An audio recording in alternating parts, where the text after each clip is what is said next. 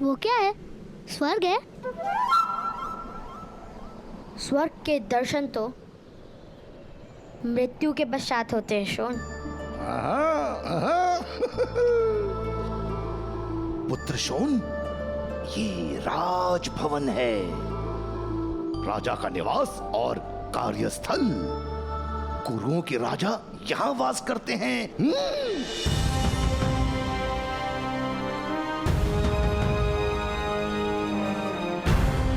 राजा इतने बड़े भवन में रहते हैं तो देवता कितने बड़े भवन में रहते होंगे ताऊ?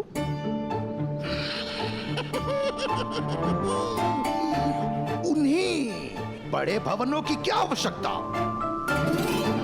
जो अपने आकार से संतुष्ट नहीं होते, वो बड़े भवन बनाते हैं। राजा का भवन राष्ट्र का सम्मान होता है, उसका विशाल होना ही आवश्यक है। भ्राताश्री, बालकों को संतोष दिखाइए, संघर्ष नहीं। संतोष सिखाया नहीं जाता धीरज, संतोष तो स्वयं हृदय में जन्म लेता है। पर तुम कहो तो मैं तुम्हारे पुत्रों को भय अवश्य सिखाऊंगा। भय को पालना नहीं, उसे मार गिराना चाहिए ताऊ। वाह वाह पुत्र, तुमने तो मुझे प्रसन्न कर दिया। तुम्हारा यही भय को मार गिराने का स्वभाव तुम्हें दिव्य बनाता है। देखो, श्वान की ओर पत्थर फेंको तो श्वान पत्थर की ओर भौंकता है, परंतु सिंह की ओर पत्थर फेंको तो सिंह पत्थर फेंकने वाले पर कूदता है। और तुम वास्तव में सिंह हो।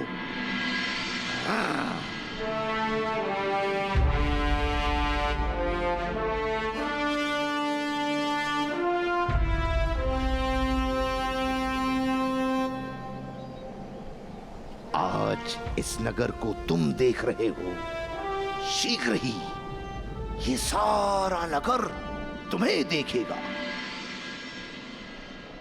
नगर जन तुम्हें देखकर कहेंगे, देखो वो जा रहा है अधिरथ पुत्र कर्ण। अधिरथ पुत्र कर्ण?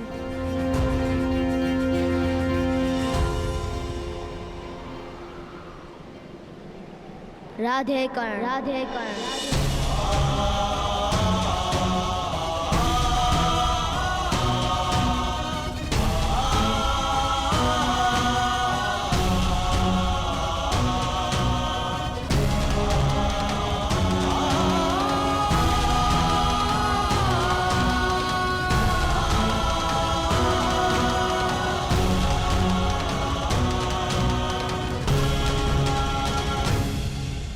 चले, अब हस्तिनापुर में प्रवेश लेने की अनुमति भी लेनी होगी हमें।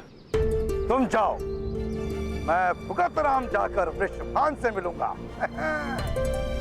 सूतों का वास वही है।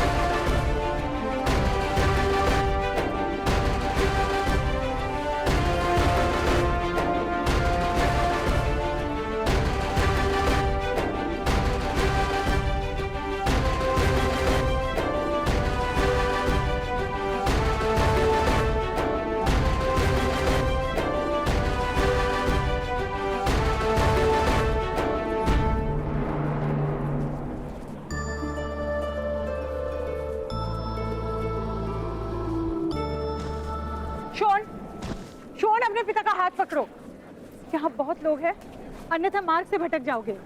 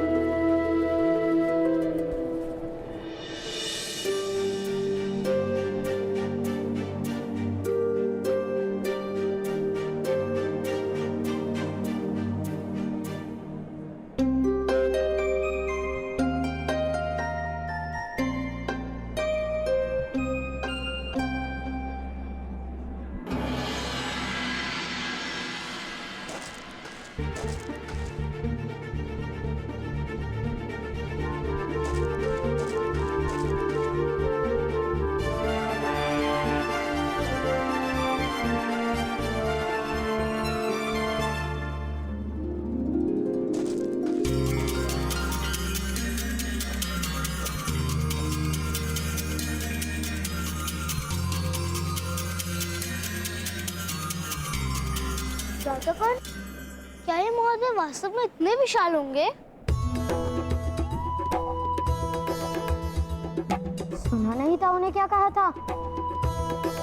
छोटा आकार, बड़ा भवन। तो छोटा आकार, बड़ी प्रतिमा। हमारे शंकुपत गांव के बड़े चाचा जैसा। उनकी ऊंचाई तो केवल इतनी थी, उनका निवास इतना बड़ा। ये बड़ाई चाचा का तो निवास ही नहीं। नहीं, कोई बढ़ई, सूत सुतार या लोहार यहाँ निवास नहीं कर सकते।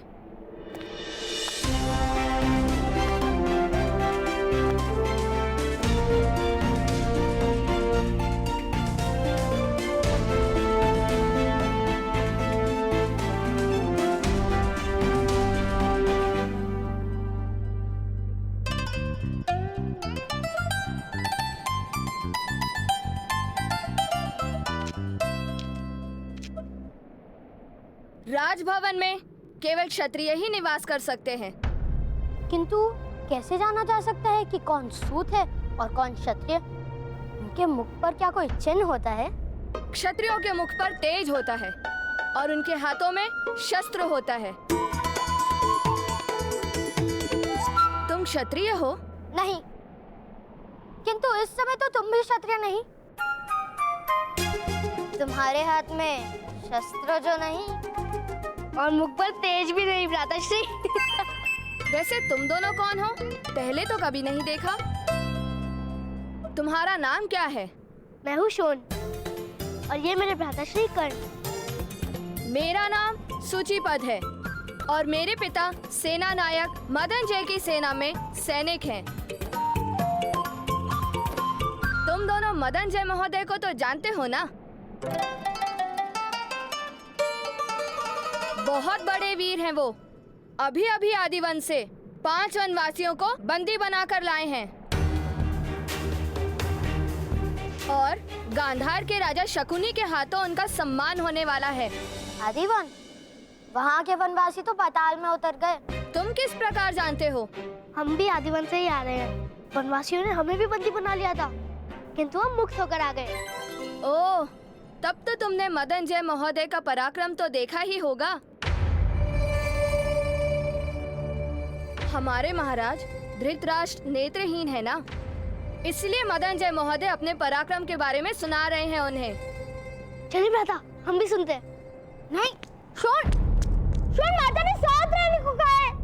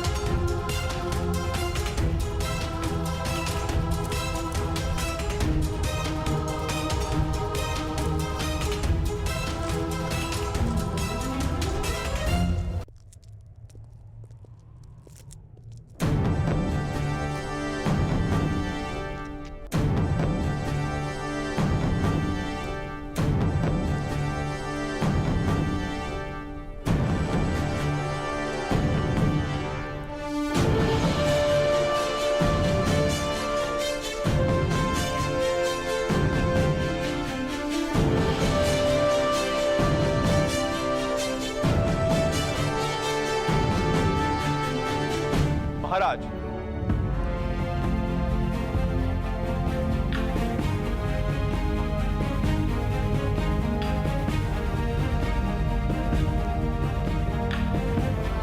बड़ा विकराल था वो वन।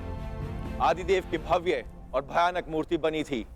बहुत बड़ी जीभ आदिदेव के मुख से बाहर आ रही थी। उस जीभ पर मनुष्य का मस्तक रखकर मनुष्यों का बलिदान दिया गया था। अनेक मनुष्यों के रक्त से समग्र परिसर लाल था। एक सूतों का परिवार बंदी बनकर डर से थरथरा रहा था। मैंने विचार किया कि हस्तिनापुर की महान सेना का सेना नायक सूत परिवार का रक्षण यदि नहीं कर पाए तो समाज हस्तिनापुर पर लालछन लगाएगा महाराज। 500 से अधिक वनवासी थे वहां महाराज, किंतु आपकी कृपा और प्रेरणा से आपका ये सेवक भयभीत नहीं हुआ। मैंने उन्हीं का शस्त्र खींचकर भीषण युद्ध किया महाराज।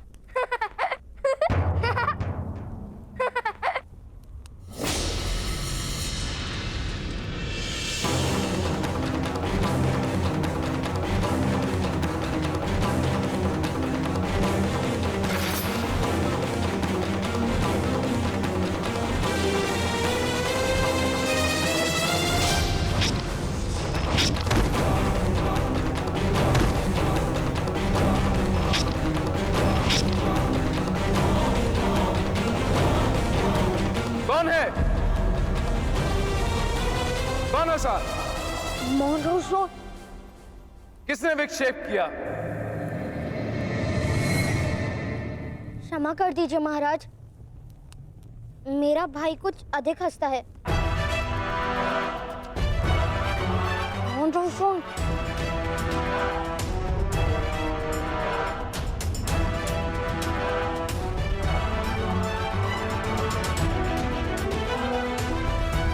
किंतु तुम हंसे क्यों बालक?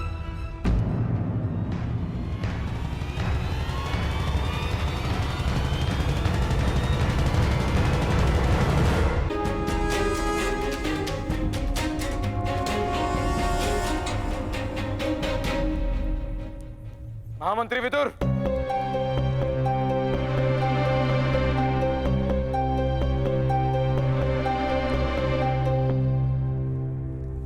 जी महाराज। बालकों, महारानी गांधारी ने तुमसे प्रश्न पूछा है, उत्तर दो।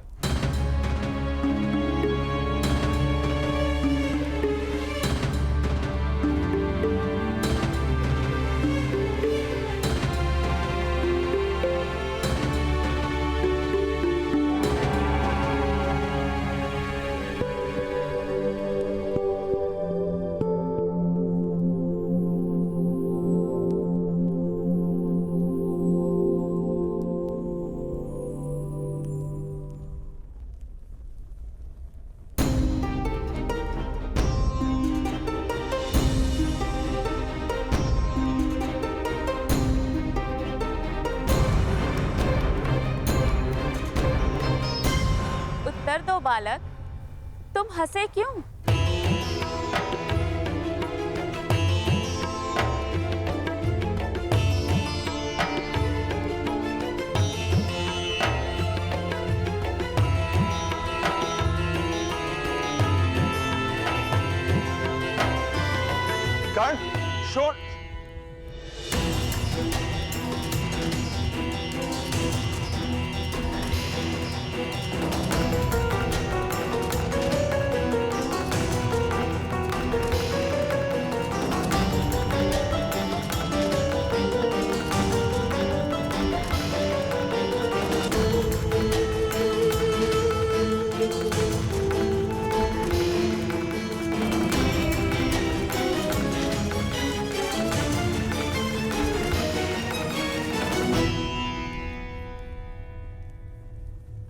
क्षमा कीजिए महाराज, क्षमा कीजिए महाराज।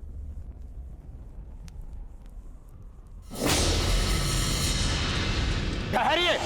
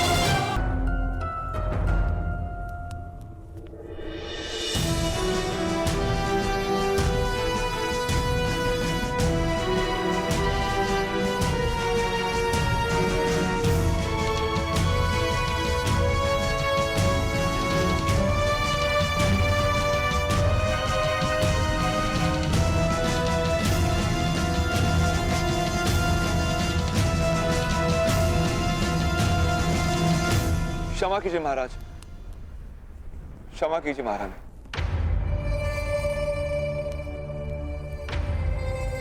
चलो चलो। ठहरिए। महारानी ने प्रश्न किया है, उत्तर दो बालक।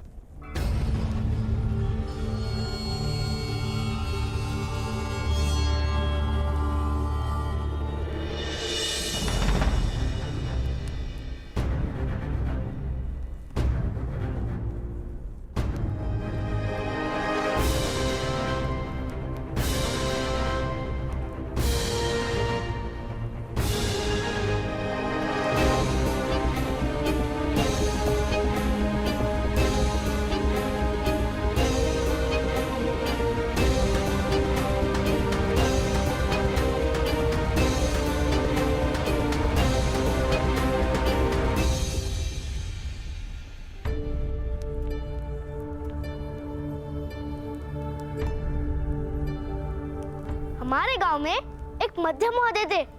वो सदा कहते थे कि मैंने युद्ध में 100 शत्रु के हाथ काटे और 100 शत्रु के पैर भी काटे। तो मेरे मित्र वास्तव के पिता ने पूछा कि तुमने शत्रु के मस्तक क्यों नहीं काटे? तो मध्य महोदय ने क्या कहा पता है? कि वो तो आराम से ही कटे हुए थे।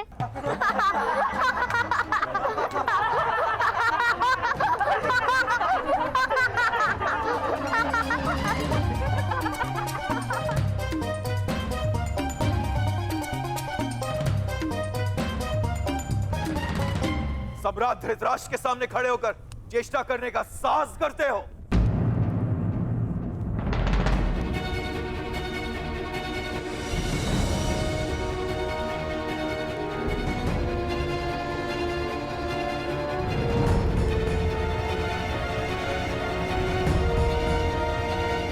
बालक है, उसे हंसने का अधिकार है, किंतु इस प्रसंग का स्मरण क्यों हुआ बालक? क्योंकि ये सज्जन गुफा से बाहर निकले उससे पूर्व मेरे भ्राताश्री ने उन वनवासियों को पराजित कर दिया था।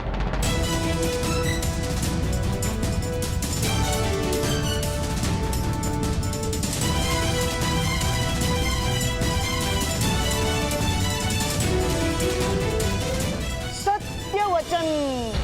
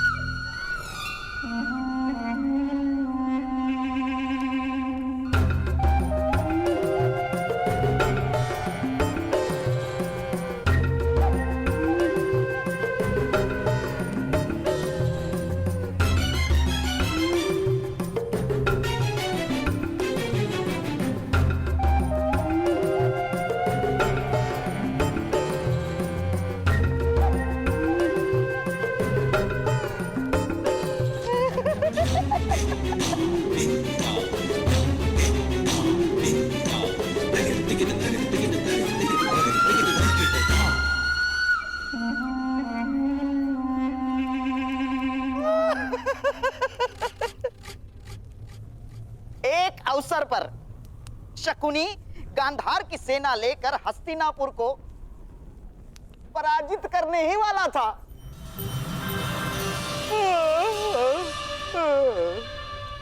किंतु हमारी निद्रा ही टूट गई।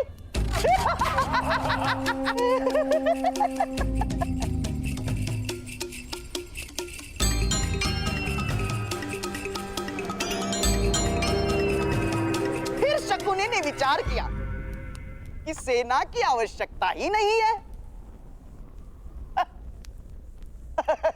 क्यों महामंत्री विदुर?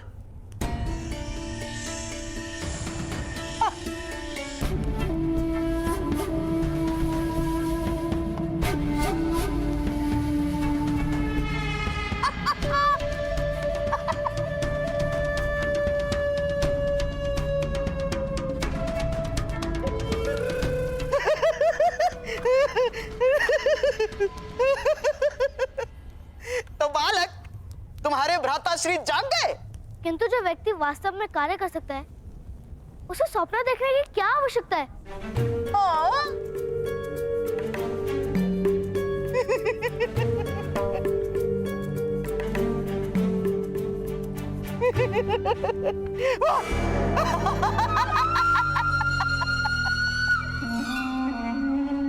बड़े बुद्धिमान मालूम होते हो, हैं? सुनो बालक, यदि यही वाक्य कोई बुद्धिमान कहे तो उसे असत्य कहते हैं, और यदि यही वाक्य कोई मूर्ख कहे तो उसे सत्य कहते हैं।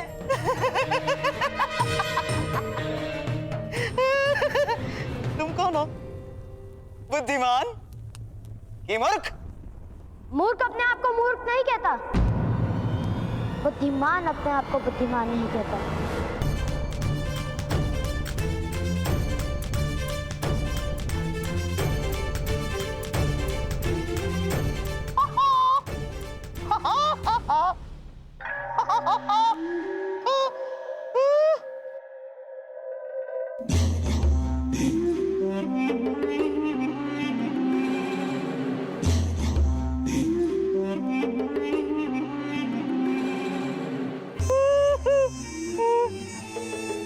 क्या यही है तुम्हारे भ्राताश्री?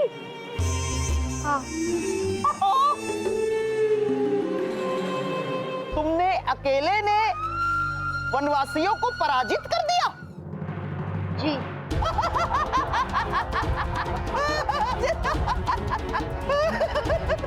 अकेले पराजित?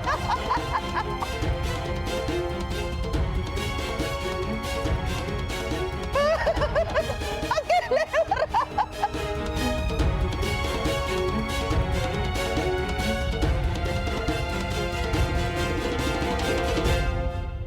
राजा के सामने असत्य बोलने का दंड जानते हो? नहीं, आप बताइए।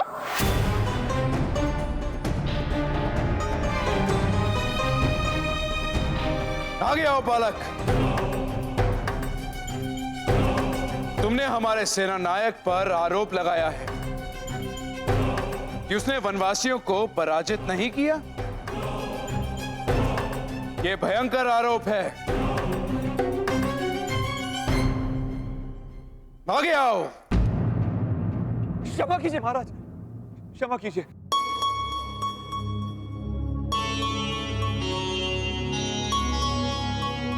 सम्राट, मेरा पुत्र मूर्ख है। हम हस्तिनापुर प्रथम बार आए। वो नहीं जानते किसके सामने मुंह खोला है उसने। क्षमा कर दीजिए। मौन रहो। आगे आओ बालक।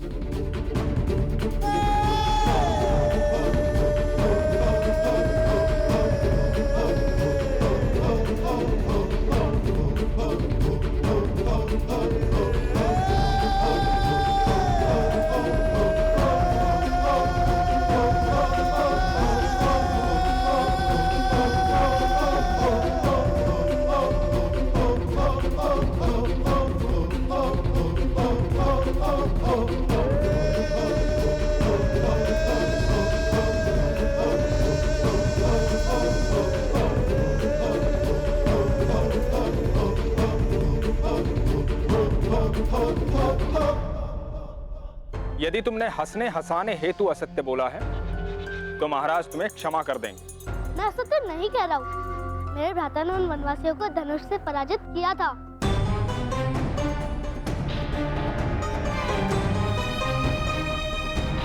क्या तुम्हारा भाई सत्य कह रहा है?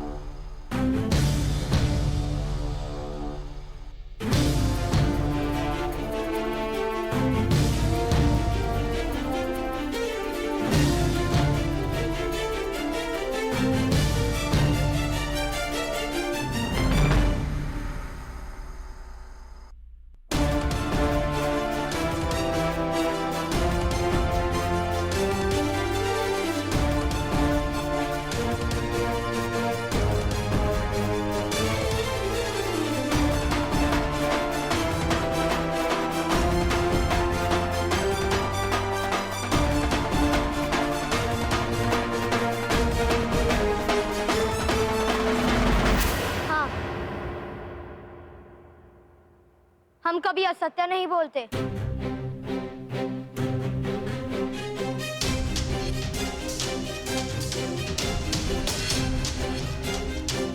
हाँ मंत्री विदुर,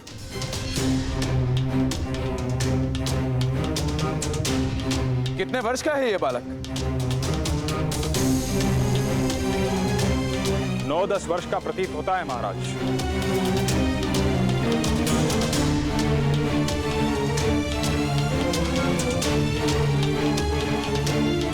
किंतु इसके पिता अवश्य ही क्षत्रिय नहीं है।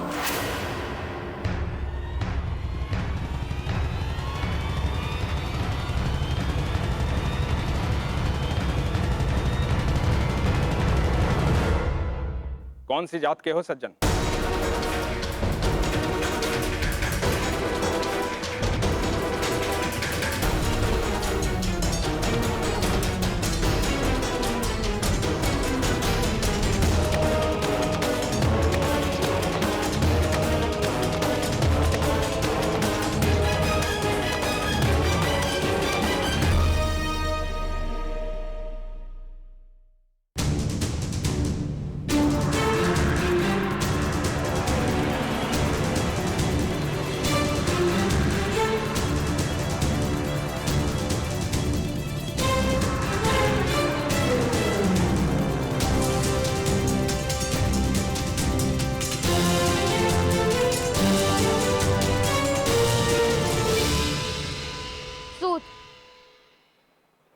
सूत है हम महाराज, सूत है हम महाराज, सूत है हम महाराज।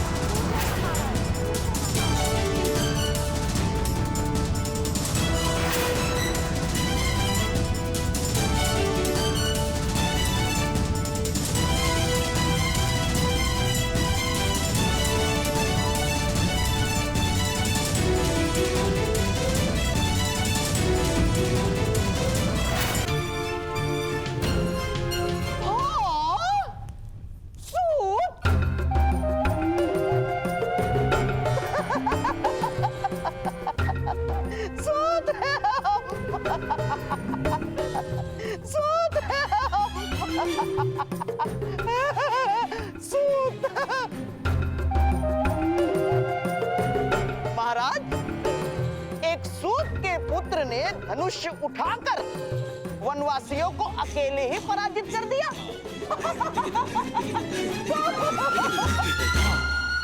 ये तो बड़ी आश्चर्य की बात है महाराज, है?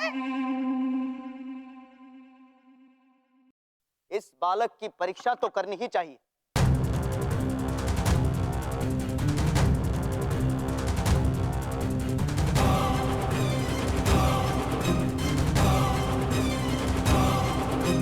जी महाराज।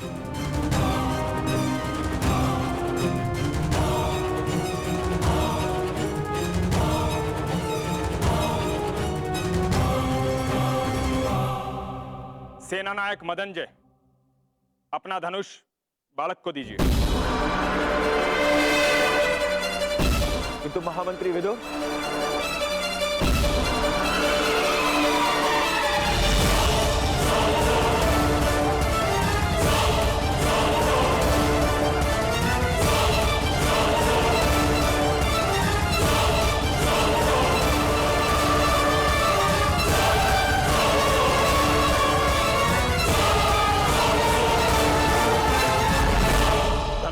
बालक।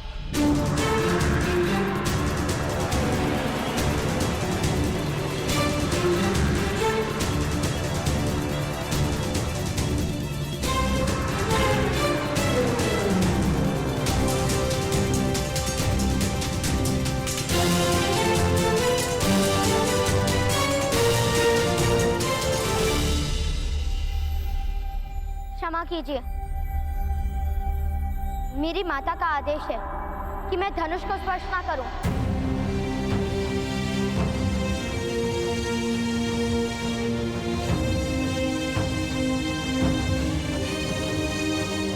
मेरे लिए मेरी माता के आदेश से बड़ा ईश्वर का आदेश भी नहीं।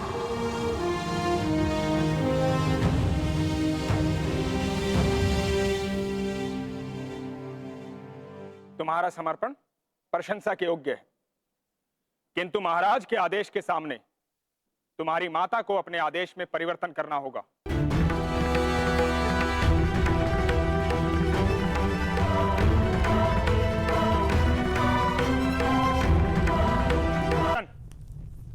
अपने पुत्र को आदेश दो कि धनुष उठाए।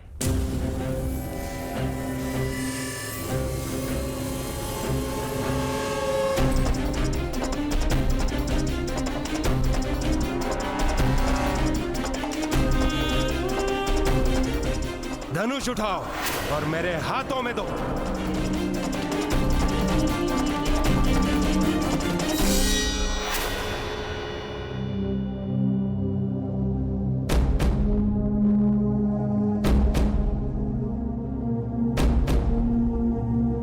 ऐसे ही आदेश से मेरे ताऊ ने धनुष उठाया था, फिर उनका हाथ काट लिया गया था। क्या आप मेरा हाथ काटने की इच्छा रखते हैं? विवाद मत करो, धनुष उठाओ अथवा स्वीकार करो कि तुमने असत्य बोला है।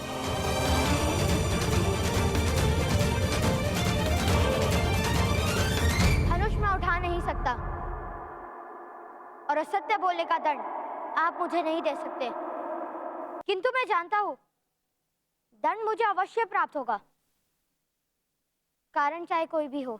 असत्य बोलने का तो दंड मिलेगा। सैनिकों,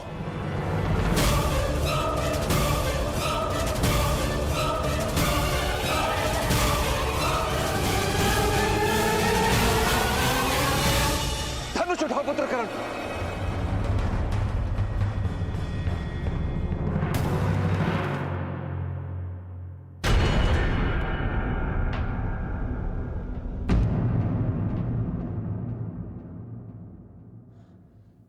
तुम्हारी माता का आदेश।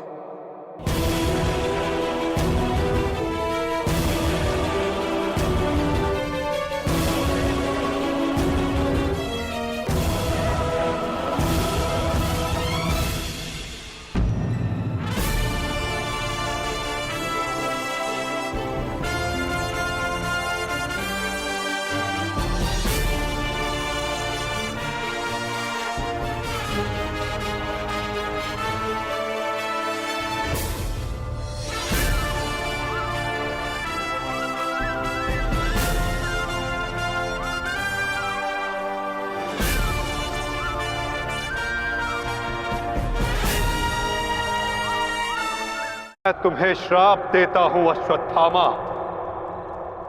तुम्हारे ये घाव कभी नहीं भरेंगे।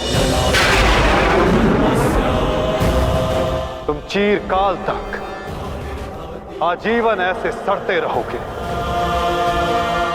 ये घाव लिए तुम जीते रहोगे अश्वत्थामा, और कलयुग तक समस्त संसार को संदेश दोगे कि पाप का भार असहनीय होता है।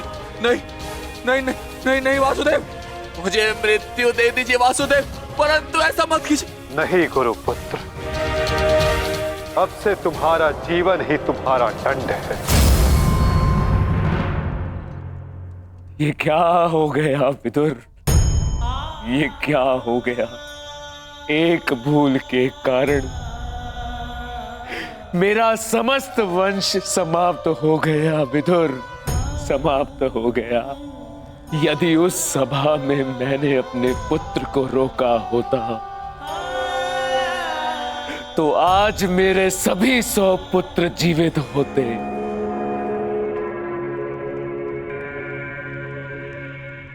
किंतु अब समय आ गया है पश्चाताप करने का। जाओ विदुर और पांडवों को जाकर संदेश दो कि वो आकर अपना राज्य ग्रहण करें, और भीम से कहना कि वो मेरी सभा में आने से पूर्व वो मेरे समक्ष आए। मैं उस वीर से मिलना चाहता हूं जिसने अपनी प्रतिज्ञा पूर्ण करने हेतु मेरे 100 पुत्रों को काल की गाल में डाल दिया। जाओ विदुर, जाओ।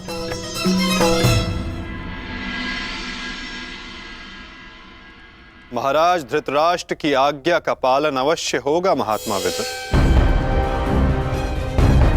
कल पांडव उनके समक्ष अवश्य प्रस्तुत होंगे।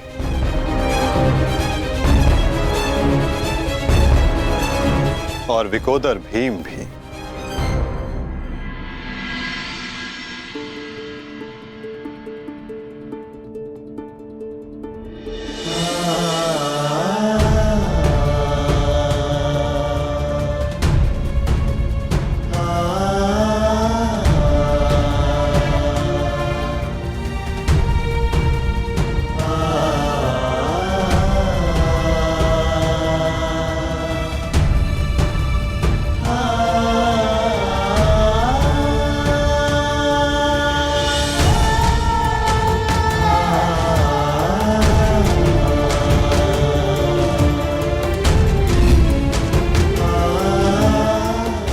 कल्याण हो पुत्रों।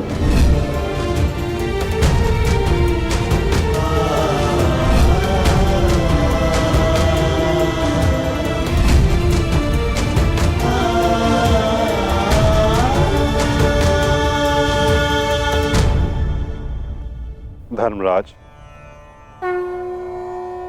समय की गति सर्प के समान होती है। वो स्वयं चला जाता है परंतु अपने चिन्ह छोड़ जाता है। ज्ञानी पुरुष बीती से सीख लेकर आगे बढ़ जाते हैं। भूतकाल का स्मरण करके वो अपने वर्तमान और भविष्य को समाप्त नहीं करते। अब समय आ गया है अपना अधिकार लेने और प्रजा को उसका अधिकार दिलाने का। धर्मराज, तुम धर्म युद्ध जीत चुके हो। अब धर्म की स्थापना